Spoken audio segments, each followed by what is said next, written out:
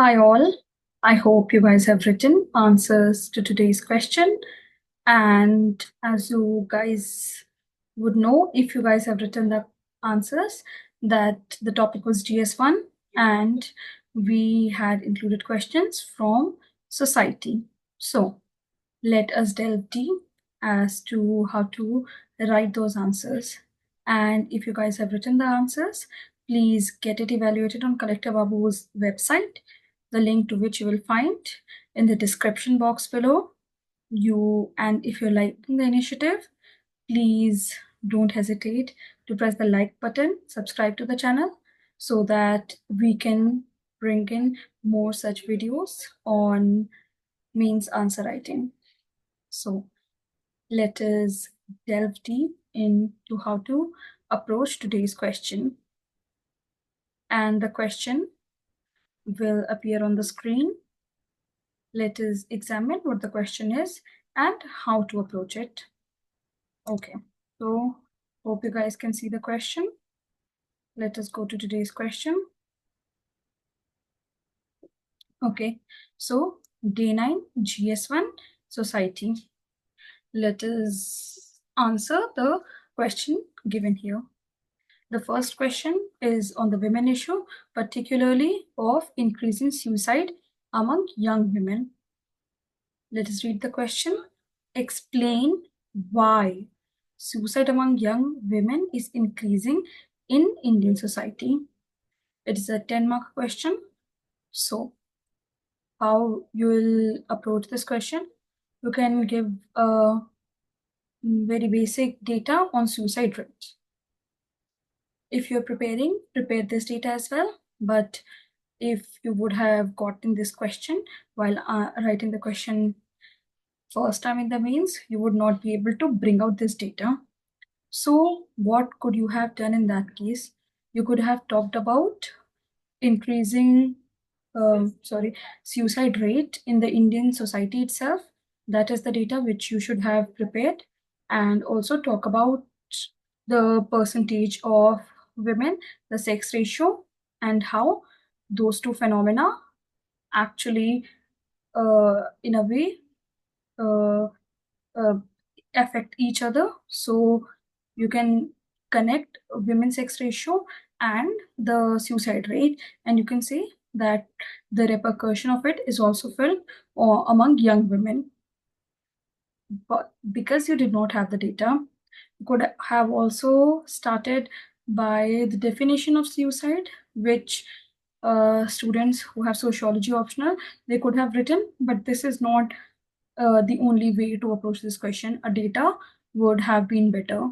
You could also have started such question from any quote which is valid in the context of role of women in Indian society, where when you're preparing Indian society, you'll get the topic of women issues. So you must have a template of all the quotes and relevant data with you, and you could have used that. So we will this is a simple question which is asking just one thing: why is it happening? So you have to actually write factors that have caused high suicide rate among women in India. Okay, you can, from your instinct also, you can answer this question, and if you're following newspaper, even then you can answer some question. The first thing to answer this question, you could actually write how there's a structural strain present. Women are aspiring for more, they're getting educated, while there's a limitation which is put on their ambition. And the limitation is put by patriarchy, the limitation is put by violence against women, and these limitations trigger women towards going to for suicide. You can actually talk about impact of modernity, like we have written here: impact of modernity, interfaith marriages, live-in relationship, love affairs, etc. So that has raised the risk of suicide if the family doesn't accept it, because we are at the end of the day tied to that society itself. sustained patriarchy and gender discrimination, largely patriarchal with systemic discrimination that affect women starting from the birth. We'll talk about the relative deprivation, like compared to men, even though women achieve far higher far higher achievements, still they are not able to break through the glass ceiling, and that results in a feeling of alienation. They get dissuaded from the larger society itself, which triggers suicide and result in suicidal tendencies. Sustained patriarchy, you'll talk about domestic violence, how NFHS 5 data you'll give, like over 31% of the married women face spousal violence. The violence is like financial, sexual, emotional, physical, in a lot of forms. You can talk about the persecution of women at the hand of the in-laws. Okay, you will talk about early marriage, why and how certain women, in order to escape early marriage, they commit suicide. And you'll talk about lack of social and financial independence. And suppose if they have been persecuted a lot, but they do not have any financial independence, they cannot move out of that violence inflicted household. So what they think, that they just commit suicide to escape it, because there is no safety net for them. Then we'll talk about way forward, how to actually talk about the suicide among women, how to talk about the tendency that has been increasingly observed. You'll talk about mental health awareness, which is a given. Well, in the factor causing, you can also actually talk about drug use. You can also talk about getting caught in alcoholism, etc. That is also the reason that could lead to suicidal tendencies among women, particularly young women. Mental health awareness. Then we'll talk about educational awareness and educational system reform. We'll talk about increasing the workforce, labor force participation rate of women. We'll also talk about breaking the glass ceiling so that what women aspire for, they actually get it and they're not inhibited. So, in conclusion, you can write, combating India's rising female suicide rate requires a multi-pronged approach: gender sensitization program, expanding counseling services, and women's helpline to promote education, financial independence, and social liberty for women. Okay, this is how we'll be approaching this question. If you can find some examples in the newspaper or some example on top of your mind, please do write it. It will fetch you extra marks, which I have said time and again, and I'll still repeat it. Do you agree that regionalism in India appears to be a consequence of rising cultural assertiveness? Okay, so what is being asked here? Let us break it down. The topic is regionalism. It is being asked how much of the rising tendency of regionalism is a result of cultural assertiveness. Okay, and you have to argue whether you agree with this or not. Well, in such questions, you cannot completely agree or disagree. You have to argue from both sides of the given statement. You have to say, and you have to find out positive linkages, how cultural assertiveness has led to rise of regionalism, but at the same time, you'll also talk about other factors other than cultural assertiveness, which has resulted in regionalism.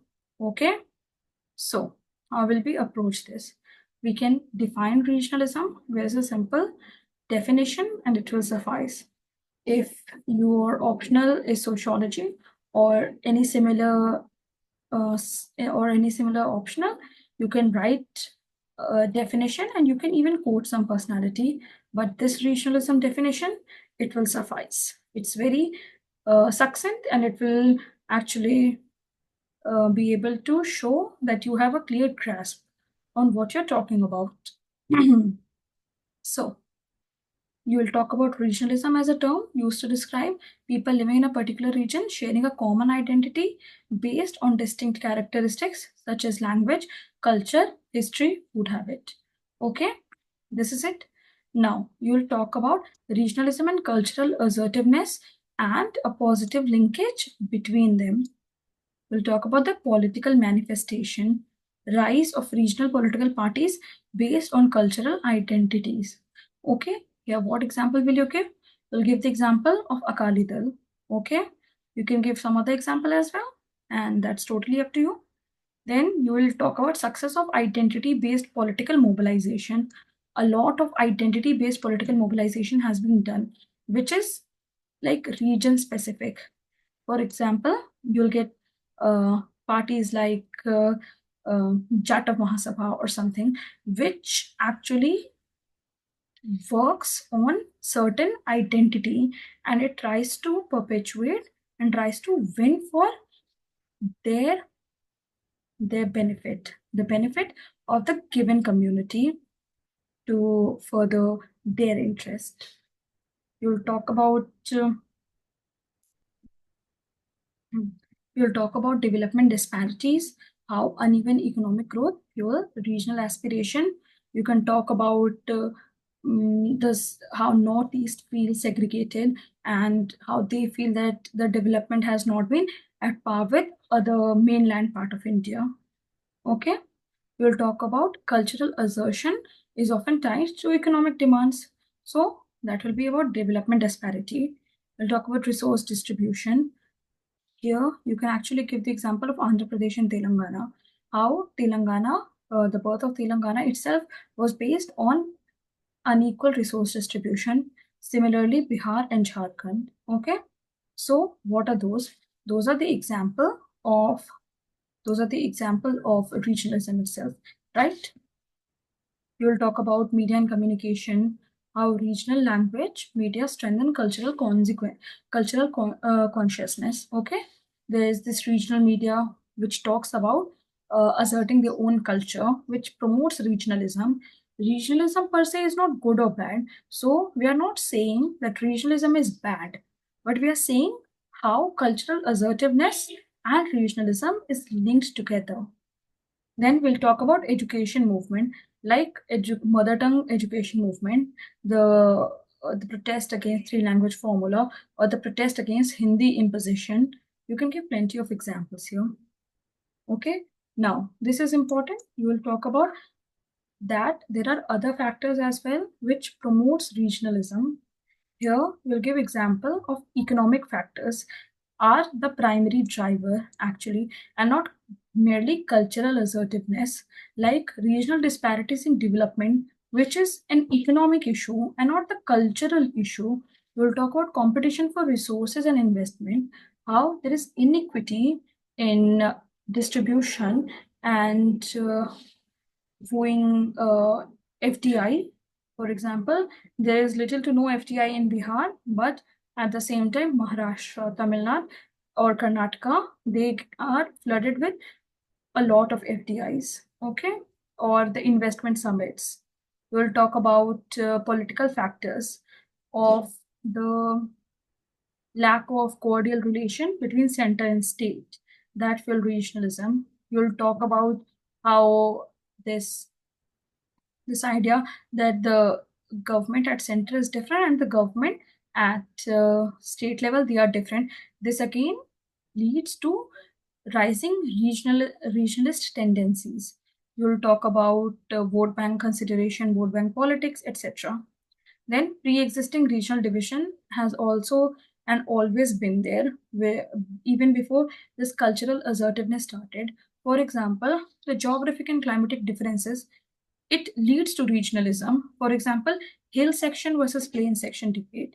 Why?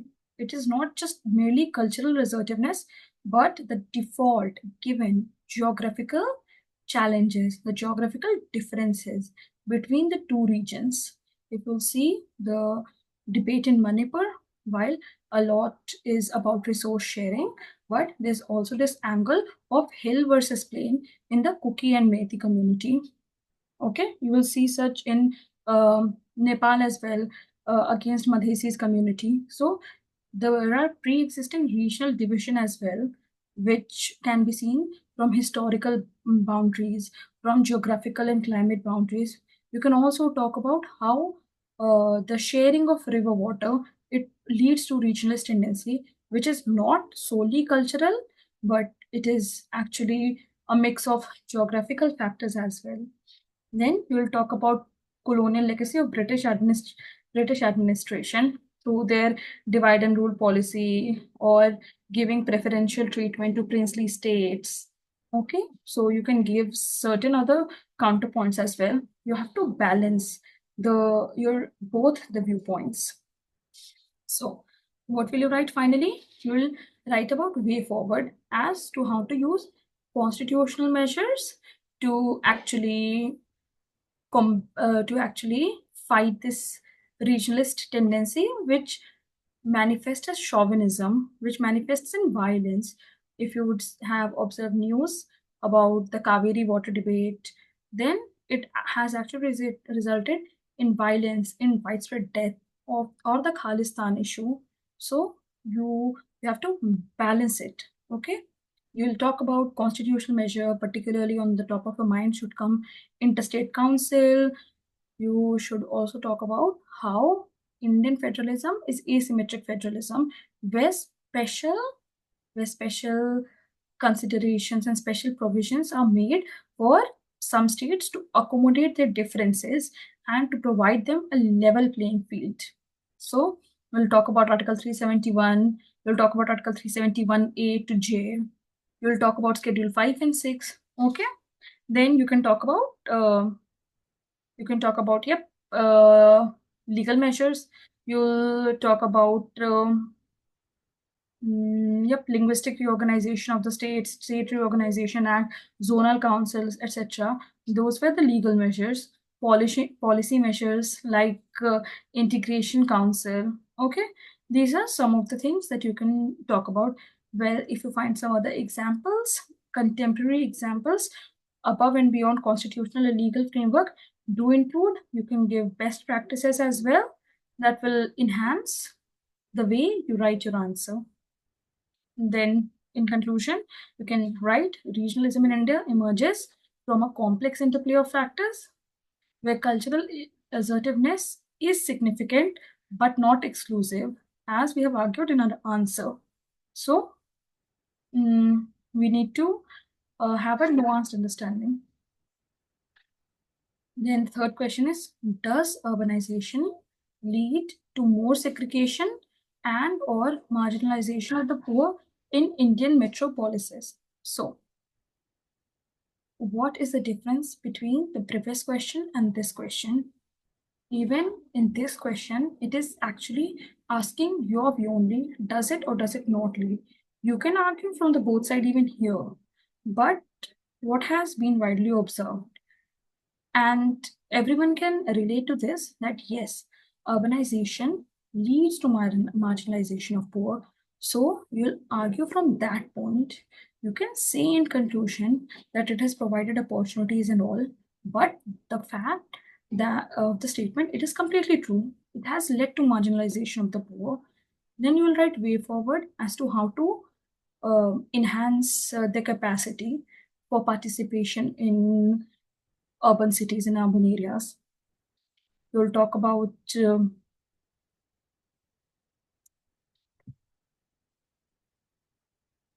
hmm, hmm.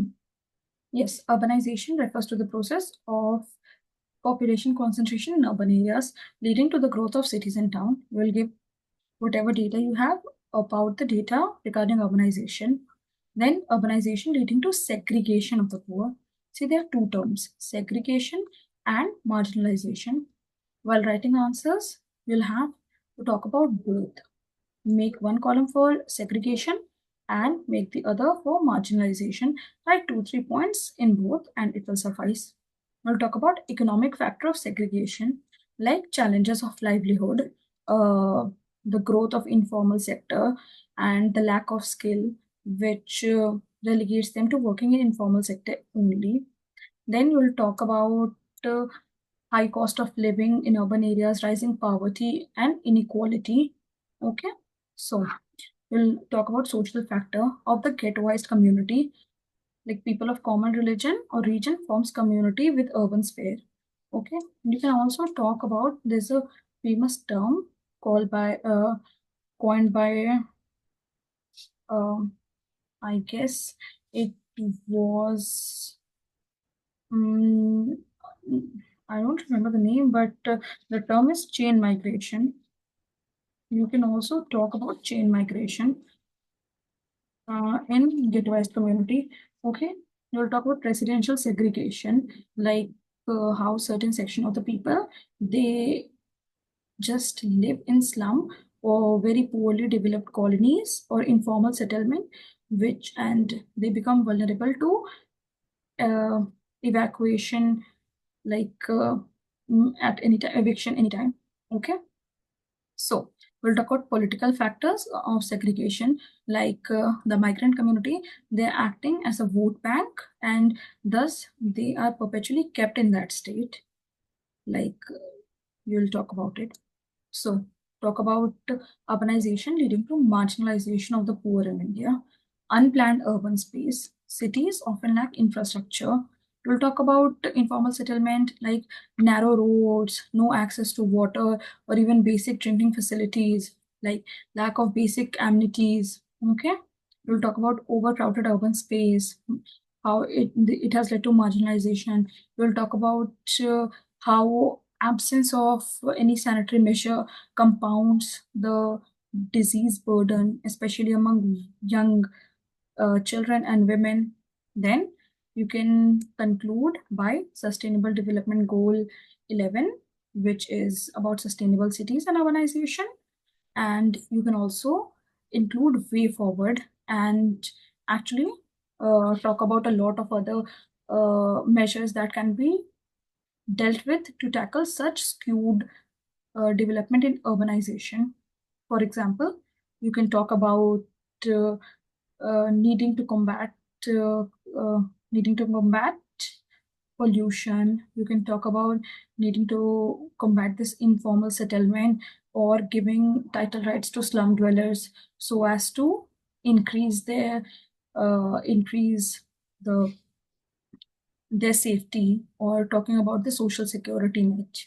Okay, so you can just say the rapid urbanization has been a significant phenomena in recent decade with a multitude of consequences, including increased segregation and marginalization of the poor in metropolises. Addressing these issues require comprehensive urban planning.